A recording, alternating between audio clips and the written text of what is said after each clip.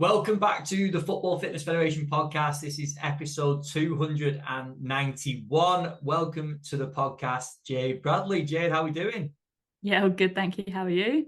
I'm very well, thank you. We've just been catching up, and I know you've got a bit of a rehab situation going on at the moment for yourself. So Yeah. kick us off by giving a little update on a little injury update to start with. Do you know what? Things are going well. As we said at the start, I was a little bit cocky. You know what it's like as an athlete. You think, yeah, I've had the surgery, I'm out of the cast, I'll be back to playing, and then reality hit. So I'm in that stage of probably trying to do more than I should, but we're good. Like the injury's recovering well. I think we're a week ahead of where we thought we'd be in terms of rehab, which I know it's up and down. I know it's never just plain sailing. So I'm not gonna, now I'm back in my boat. I'm not gonna try and sail too fast. But no, things are good. I'm hoping to be back for pre-season and get the season going, which is good. Brilliant. I think any coach that suffers any injury breaks all the rules on how they would treat any athlete that they're working with, don't they? I know. Yeah, I don't practice what I preach in that sense when it comes to my own injuries. I think we're all the same. I think we turned into our own experiment. I think that's the way of looking at it. We want to see what we can do. Yeah, no, you're absolutely right. You're absolutely right. Push the boundaries. Well, we just mentioned there about your playing, which we'll touch on in a second. But Jay, just give us a little bit of background on yourself and take us up to what you're doing currently, both on the coaching side and the playing side as well. Yeah, so on the coaching side, I'm currently down as Reading FC girls S&C. So that I'll lead the under 10s and under 13s. And we've kind of got a different structure in the girls' games from what I know from the boys anyway. So we have our ETCs and our RTCs. So it's a little bit down to kind of funding as such for the academy status, which is your RTC. So yeah, I'll take the young lot, which is under 10s, 11s, 12s, 13s. And then there is another S&C coach for the older lot. But then on the side of that, I run like private performance coaching, so one-to-one based. So I do that more on field, and that ranges from, I think the youngest I've got in at the moment is 9, up until adult. But I like to do it on the pitch just to make it a little bit more match game training realistic. I think, like you said, with myself playing as well, there's elements of S&C, and the whole point of S&C is to transfer it into the game anyway. There's elements that I can see that I do, or I'm watching football and I can see it. And when you put it into a match perspective, or you give them a situation, let's say as a centre midfielder, they're doing X, Y, Z. If you make up a drill that is incorporating all the S&C elements, but in a training technical base as well, for me, especially the younger lot, there's a lot more engagement. So all my S&C stuff is based on the grass. And yeah, with the older lot, we'll bring in the medicine balls and the resistance bands and whatnot, and make things a little bit more specific. But yeah, that's me on the coaching side. And then the playing side is currently at Watford. And that's well, it was Championship. We've just got relegated, unfortunately, but Championship there. But it's a very good standard. Girls are brilliant, coaches are brilliant. Before that, it's been Bournemouth, Portsmouth, Reading when I was a kid. So yeah, it's been a nice career. I just want to play now and not be injured.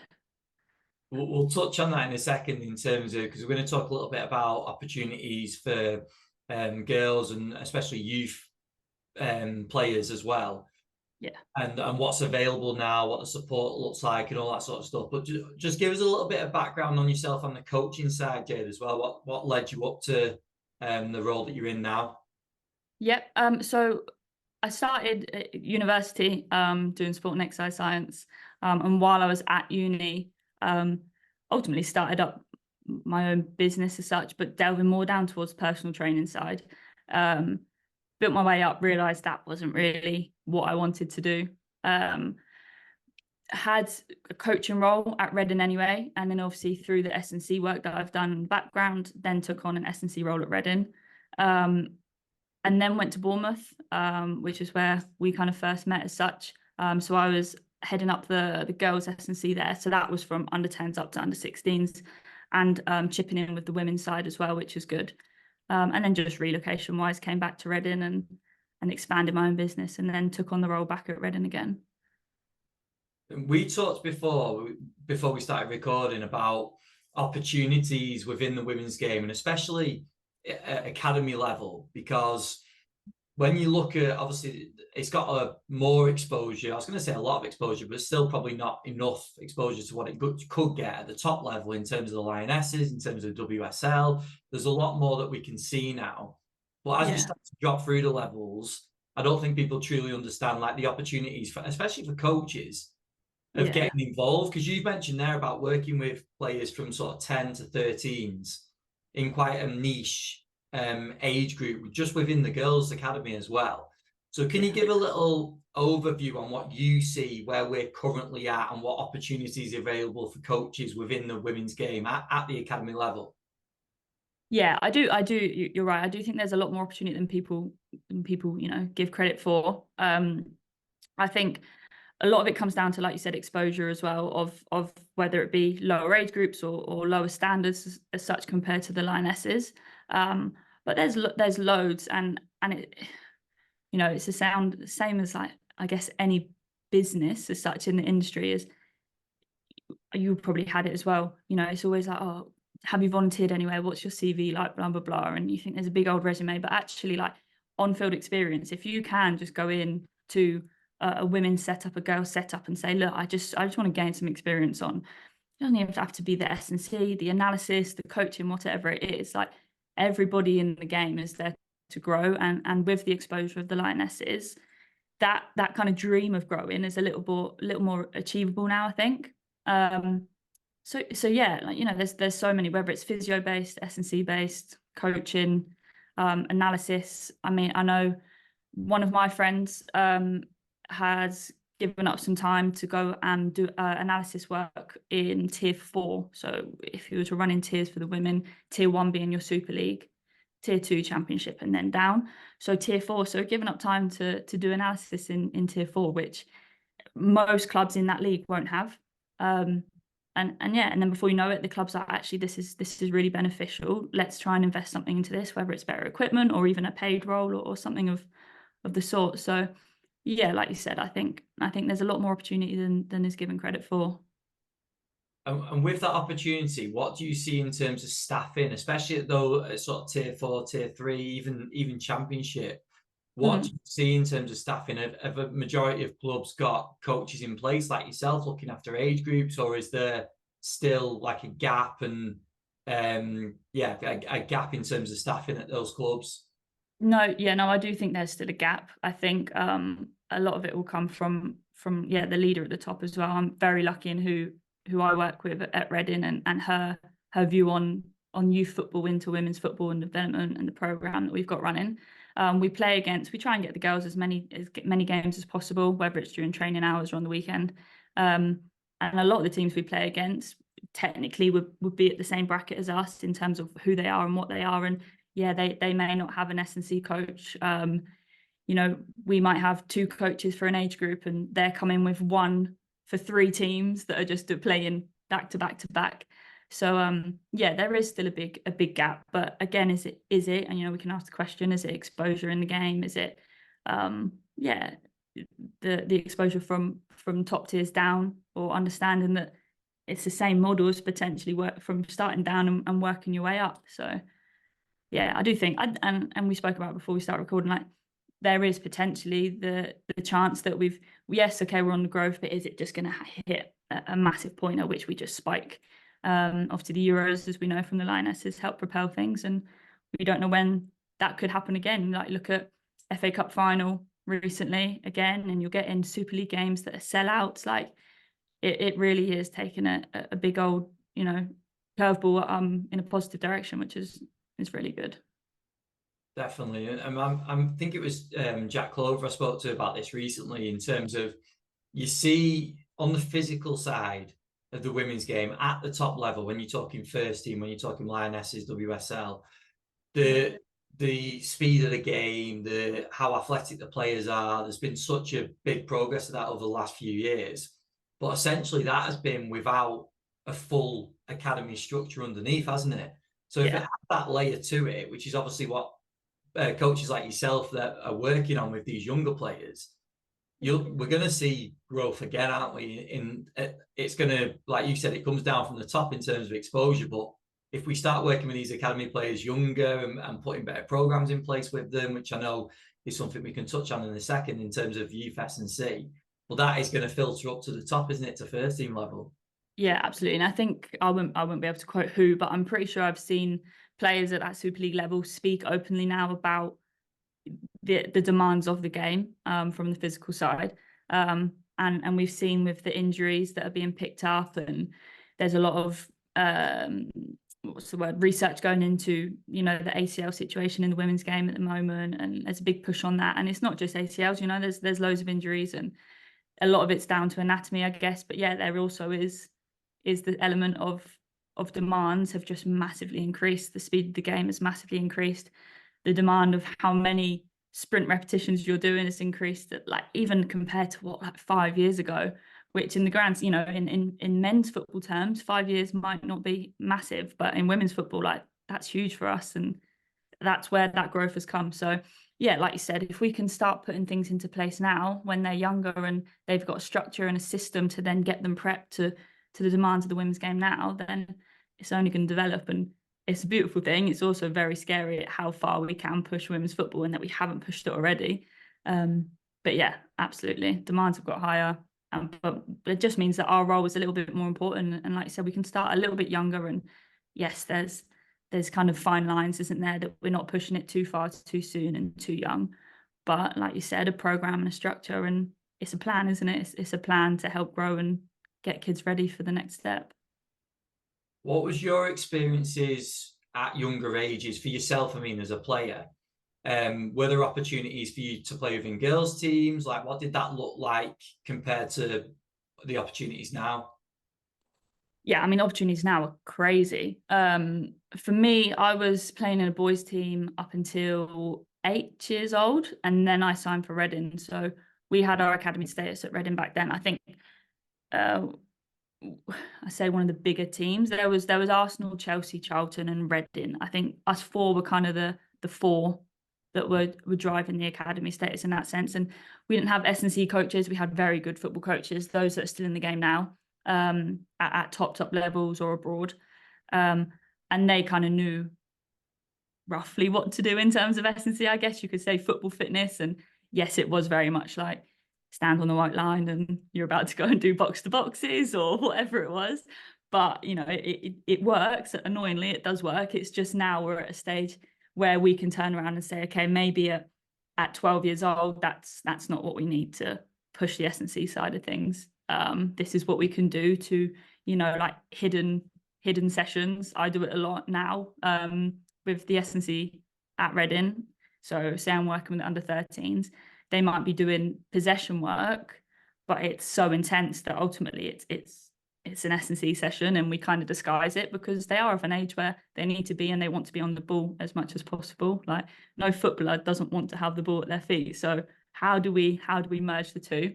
But yeah, and then in terms of opportunity, yeah, luckily for me, I was in the academy at that age, but 100% there was friends, girls that were playing in boys teams up until I think the cutoff age for my age group was about 12 years old, and then you had to transition to girls football. Whereas now, yeah, you're looking at nearly every girl that I coach plays for a girls football team, which is wonderful, yeah, but in terms of the growth of the game.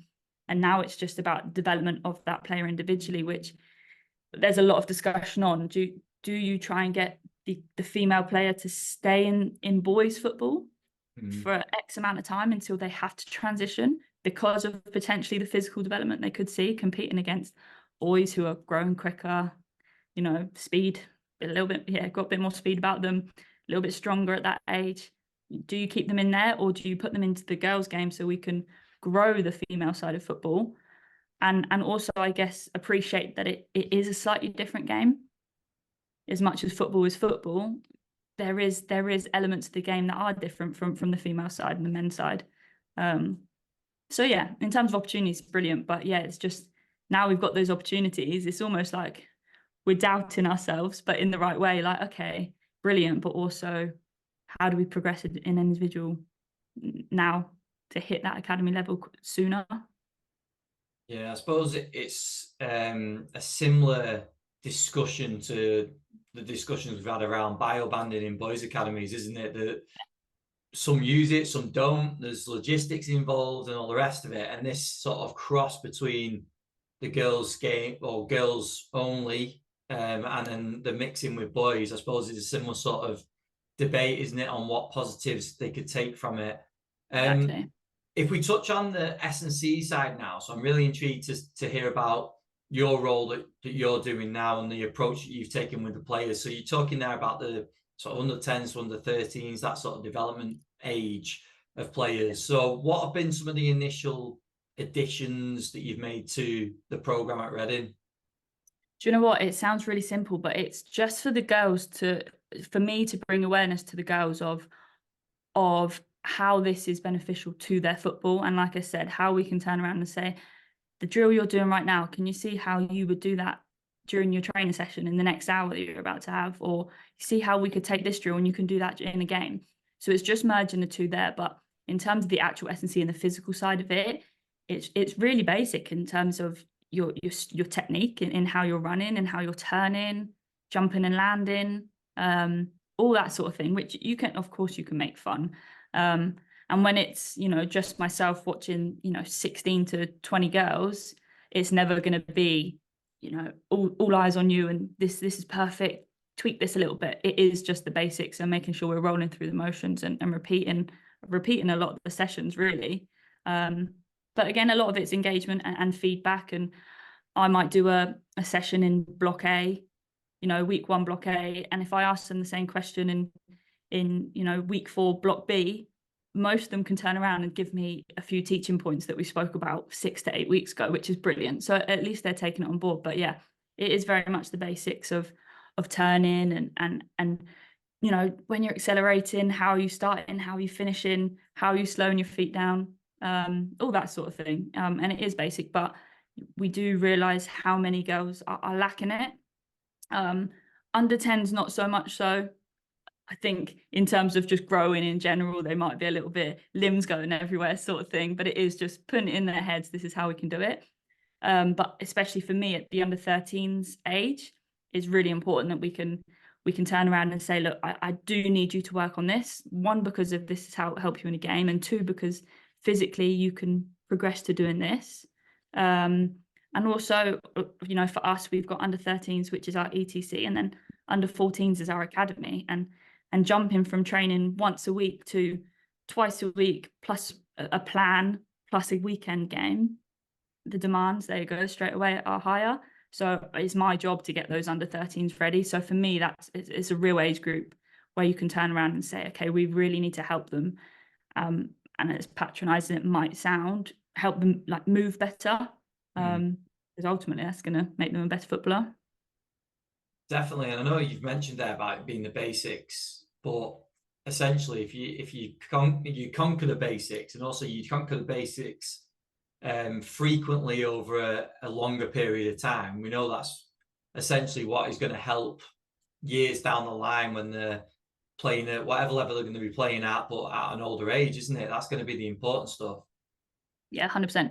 And even now, like, I coach at an under 19s college set up in the day, and there you can see there's a difference between those that are playing women's football and maybe those that still playing at more of like a local league compared to your tier 4 or tier 5s, and a lot of that would come down to movement as well and the speed of it and whatnot, and you do sit and wonder, what has their background been and how can we help now at 18 years old in comparison to 10 years old, like you said, where you've got that time to just progress. And I think that is another difference between the boys and the girls setup is for a longer amount of time, the boys have had that set up with the S&C potentially. And now, like we've spoken about earlier, like the gaps in the roles, are people aware that there's the roles for girls at a younger age, and can we bring more coaches into it to help develop them younger, and therefore potentially hit a better stage of their career or become a better footballer a little bit earlier. But it's all questions, isn't it? It's all what ifs. It's never I don't have the answers. I don't think anyone does. No, but I But think it's important, isn't it? It's important to understand that there's the work is gradually being done at those ages, and it's definitely going to carry through the age groups as they get older. I know we've spoke a lot about on a boys' academy. We've had people like Des Ryan speak about the power of a consistent program at a club like Arsenal, and that it's Mhm. years later that you start to see the impact of the players coming into the first team, and not just coming into the first team, but thriving at first team level and physically coping with the demands. And Yeah. essentially, that's like the building blocks that you're building at those younger ages, isn't it? To prepare them. We're not saying that all the players are going to go through and play first team, Yeah. but if they do, then this is the time that things are going to be developed physically, isn't it? For those children. Yeah, 100%. And it's the same with technical training. The more time you've got on the ball, the better you're going to be on the ball. And the more time you've got doing your basics of your power movements, your agility, your speed, whatever it is, the better you're going to be. And you look at the boys setup and the academy setups and how they've got the scholarship programs at near enough all clubs in top leagues. And they're boys that are going from training probably, where am I Reading? So with my one-to-one stuff, I've got a few of the Reading boys, and they're in 3 times a week training at under 11's age group. So you've got an under 11 boy that's in training 3 times a week and a game on the weekend with the same group. Yeah. And then compare it to my under 11 girls, and they've got one training session with us at Reading, and then they have a grassroots team they play for on the weekend.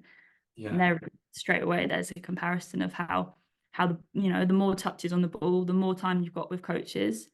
As a boy, I guess you are progressing faster in that transition into scholarship, where you're training Monday to Friday with your game on the Wednesday, I think usually it is, or on the weekend, versus the girls' side, where you're then progressing from 1 training session to 2 training sessions a week.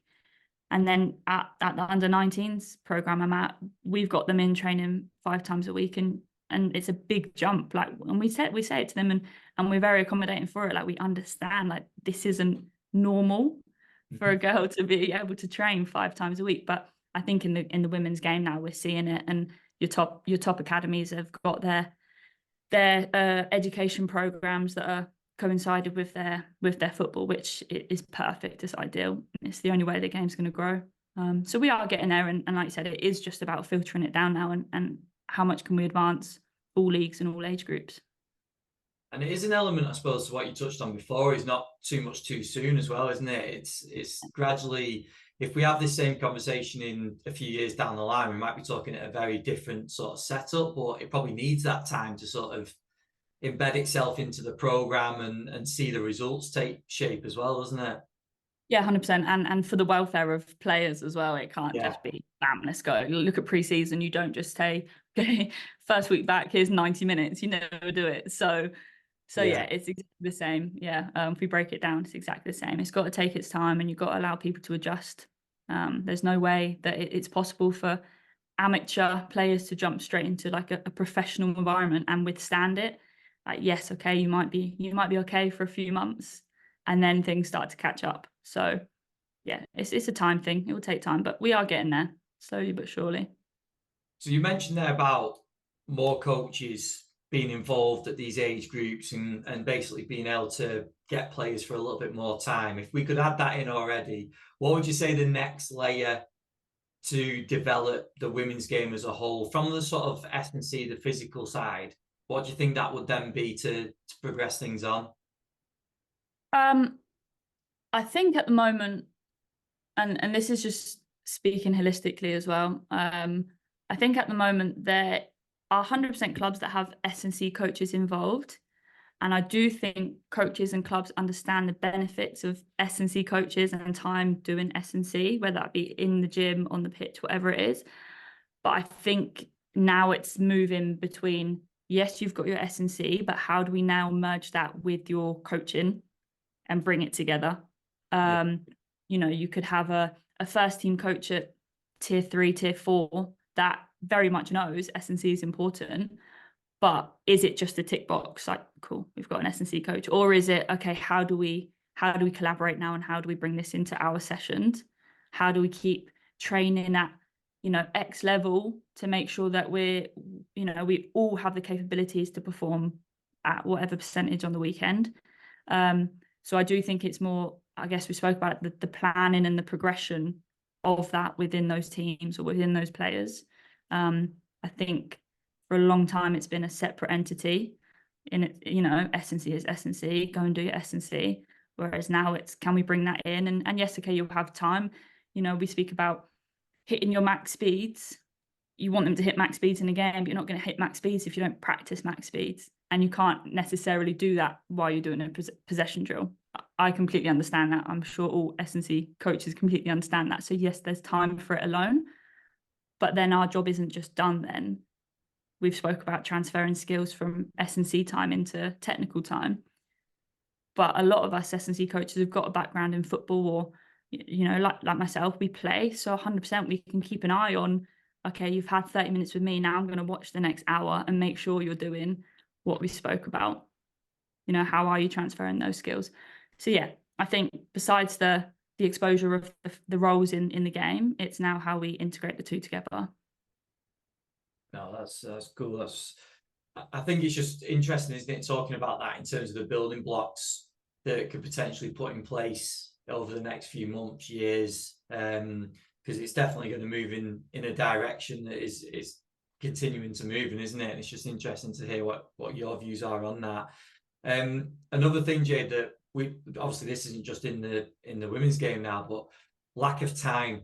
So when we're coaching, and I know it's going to be prevalent in terms of some of the things that you've done as well.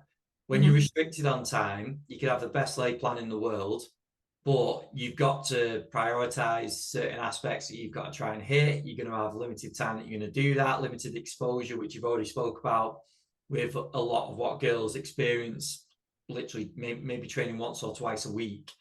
Yeah. How do we decide on priorities, and what are maybe some of the priorities that you'd lean towards for girls in that situation? I think a lot of it is going to be an element of trust now from clubs to player and clubs to player / parents as well, with the limited time. So I feel quite privileged in the sense that I've got half an hour with each age group of an evening. So my 3-hour block is bam, bam, bam, bam, bam, with the age groups that I'm coaching. But 30 minutes, it's a decent amount of time, because they've then got to go and either train afterwards, or maybe my block's in the middle, so they've trained before and they've got a bit of training afterwards and whatnot. So it's kind of like, I can give you what I can in those 30 minutes. Like I said, I can't pinpoint everybody individually in those 30 minutes, because I've got a group of 16 to 20 kids.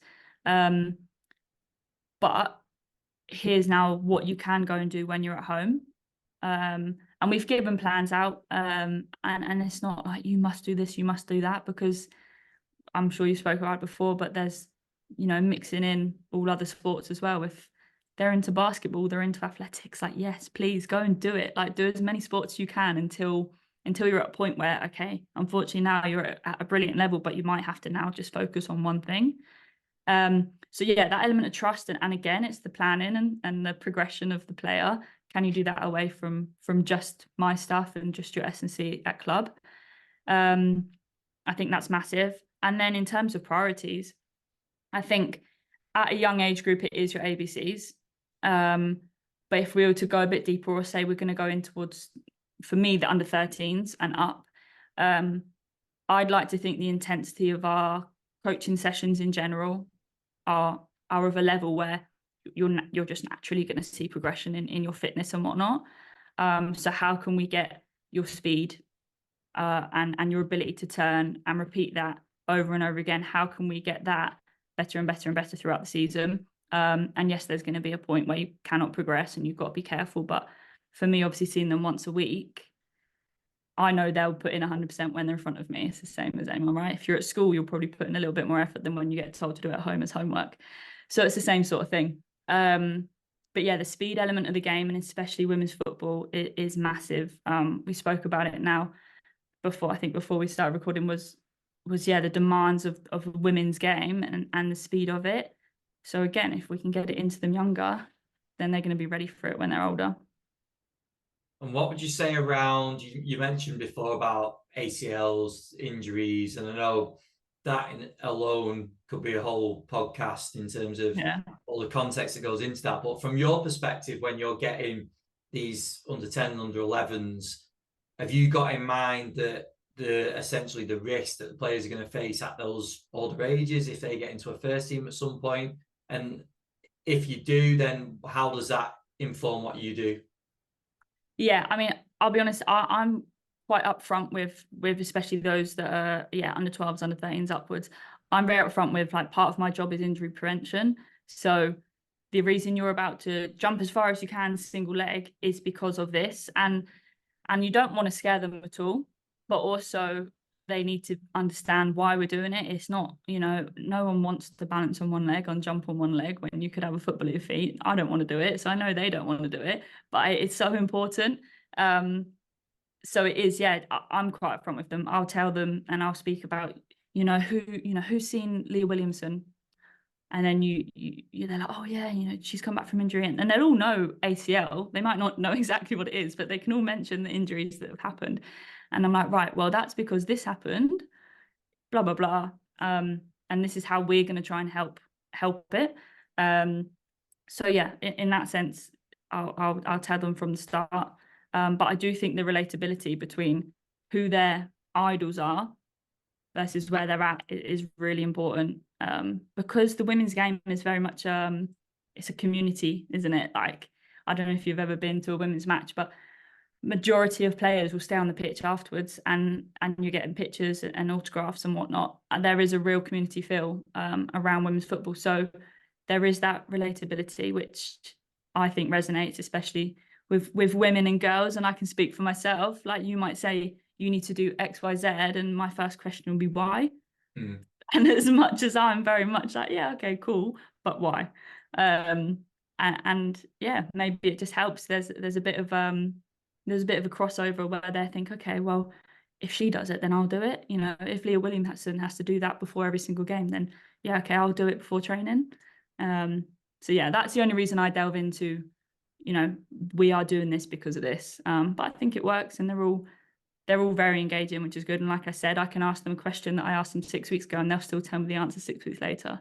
So yeah, I think we're getting results. I'd like to think so. That's the power within that growth, though, as well, isn't it? Because like your Leah Williamsons and the others that have had these injuries recently, they're high-profile players.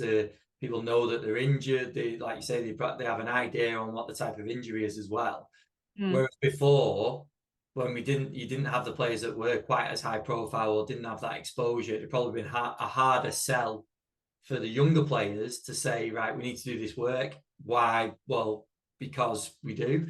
So yeah, I suppose that's the positive out of a negative situation from those players, isn't it? From suffering an injury to justify why you do the things you do. Yeah, absolutely. And I think we can see that in like so many walks of life as well, in terms of like, you copy what your parents do when you're a kid. Like, you copy what this person does. If there's a cool person in the year above you at school, you might kind of do what they do. Do you know what I mean? Everything is what you see. And we could probably say the same about like the one-to-one basis, or even pre-season. The amount of kids that I see now out doing pre-season at like under 14s, under 16s level on their own compared to when I was a kid is wild. But I also know that you see Jack Grealish in the off season going on holiday and doing his pre-season stuff on his own with a coach. Yeah. So they're just copying what they see, which in that way, is brilliant. But yeah, fundamentally, you'll if that's an idol, you'll copy what they're doing. Yeah, no, definitely. We've not touched so much on the private work that you do. So give us a little insight into that, on maybe some of the players that you're working with in terms of ages that they're coming to see you, but then also what are some of the gaps that you're trying to fill in terms of the work that they require? Yeah, so ages, like I said, I think the youngest I've got at the moment is 9, and that's an academy player. So the majority of mine are academy players, whether that's girls or boys. And then work right up to 16 plus, 18 plus. There's been a few men's Championship League One locally, which has been brilliant as well. So yeah, the age range is brilliant, and the ability difference is there as well. Like, it's not like I'm just working with just pro players, because without sounding, rude, they've had that. They've got that week in, week out. Some of these kids haven't had the opportunity. But I like to focus my stuff on pitch-based work. Like I said, I think being a player as well, I'd like to see how I'm doing, see what I'm doing on the pitch is also why I'm doing things in S&C, and vice versa. But one thing I have noticed is with the boys and the girls, if we were to compare the same age, we are looking at different levels of physical development as such. If I've got an 11-year-old boy and 11-year-old girl, there is definitely differences in speed, in turning, and that's with and without the ball. So I do think the one-to-one stuff has been a real eye-opener in that sense, because I think I probably, had the assumption that, oh, they're kids, that they're just kids, like they'll grow into who they're going to be and they're going to run how they're going to run. But actually, it's not the case. Like, we can 100% develop and implement the right type of skills at an early age to push them on to be better as they get older.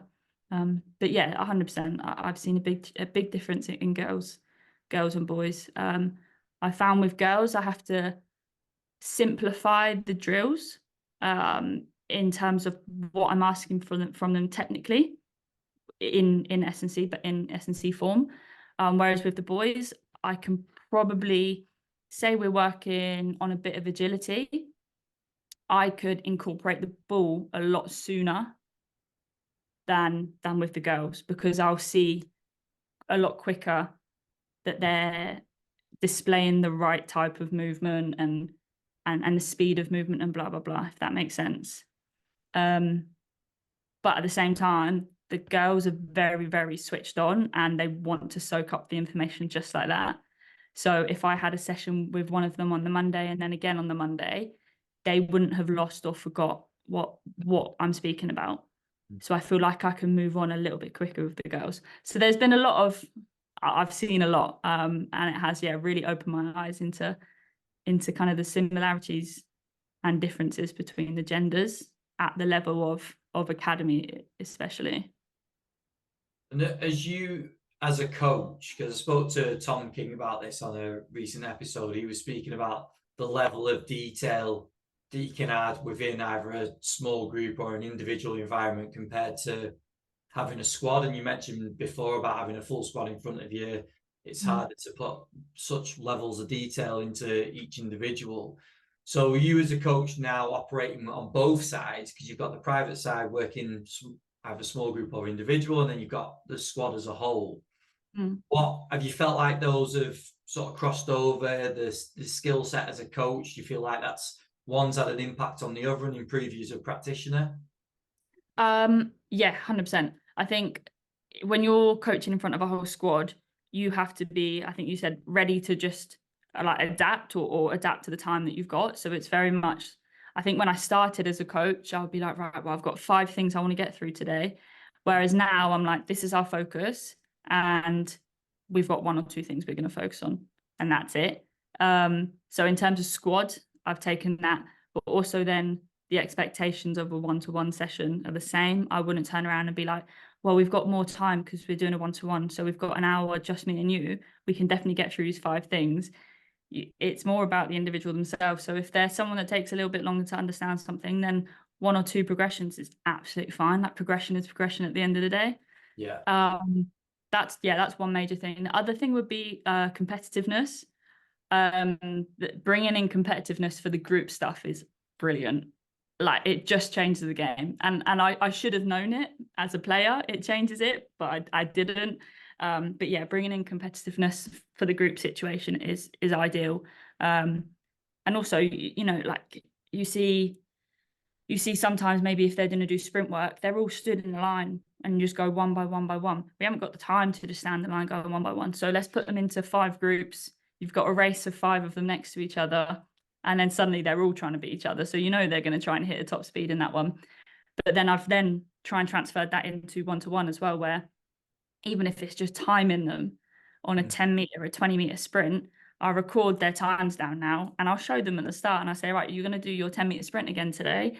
And the boys especially are very competitive with themselves. Some of them remember their numbers. I'm talking one kid I'm with, he's like, are we doing 10 meters? I'm like, yeah. He's like, I got 1.83 last week. And I'm like, did you? And I go back on my notes. I'm like, yeah, you did. But they're like, yeah, I want to win. So yeah, the competitiveness is something I've definitely brought in as well. Yeah, no, it's interesting, isn't it? Because you speak to a lot of people that work within both environments and some within clubs now as well, because you see some of these rehab roles coming up where it is a lot, obviously you're dealing with individuals a lot more or small groups of players, but then there are still coaches in roles that have got large responsibilities in terms of 30 players or whatever it is. So there's definitely different skills required in both environments, isn't there? But there's definitely crossovers at the same time. So it's just interesting to get your thoughts on that.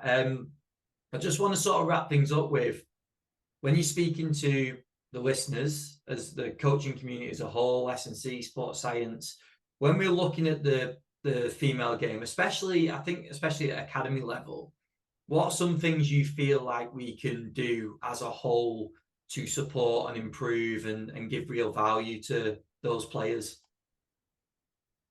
I think with girls, I think we struggle to believe in our capabilities. I saw, I don't know, a quote or a study once regarding job opportunities and how women, unless they tick box every criteria box on the job application, if they don't tick every single one, they're more than likely not going to apply for it.